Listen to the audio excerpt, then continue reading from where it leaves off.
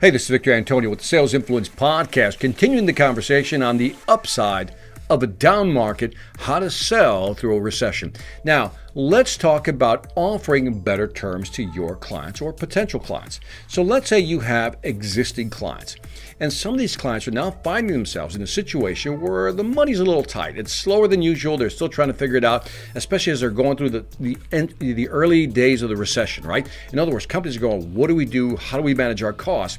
They may come back to you for flexible terms. In other words, can we change the terms of the contract? Instead of a net 30, can we do a net 60, maybe a net 90? Now, only you can decide if you want to do this or are capable of doing this.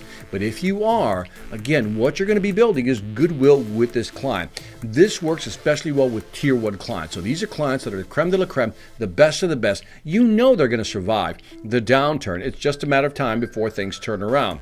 So these are the type of clients that I would look at in terms of changing the terms of the contract to help them with their cash flow, as long as it doesn't negatively impact your business as well.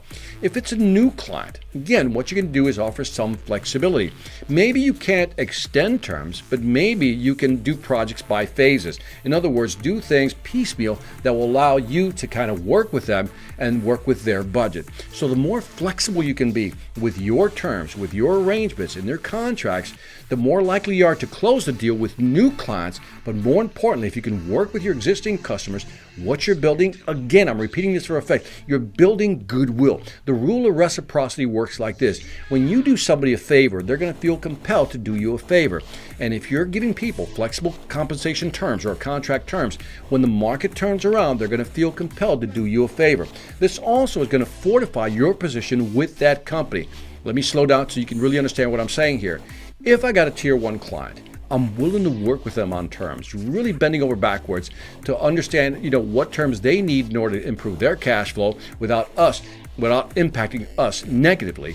And if you can find that balance and work with the company when the market turns around, they're going to look at you and remember, this is a way for you to also fortify yourself against competitors coming in. Because let's say, for example, you don't want to give flexible term. Well, what they're going to do is, if they're forced to, is to go to a competitor, which is what you don't want, because you've spent all this time, maybe years, trying to get into this customer. And now when they need flexible terms, if you say no, they're going to go elsewhere. So again, use this to keep competitors out. But also, if you're acquiring new clients, if you can offer flexible terms, it might be a way to grab new market share from your competitors.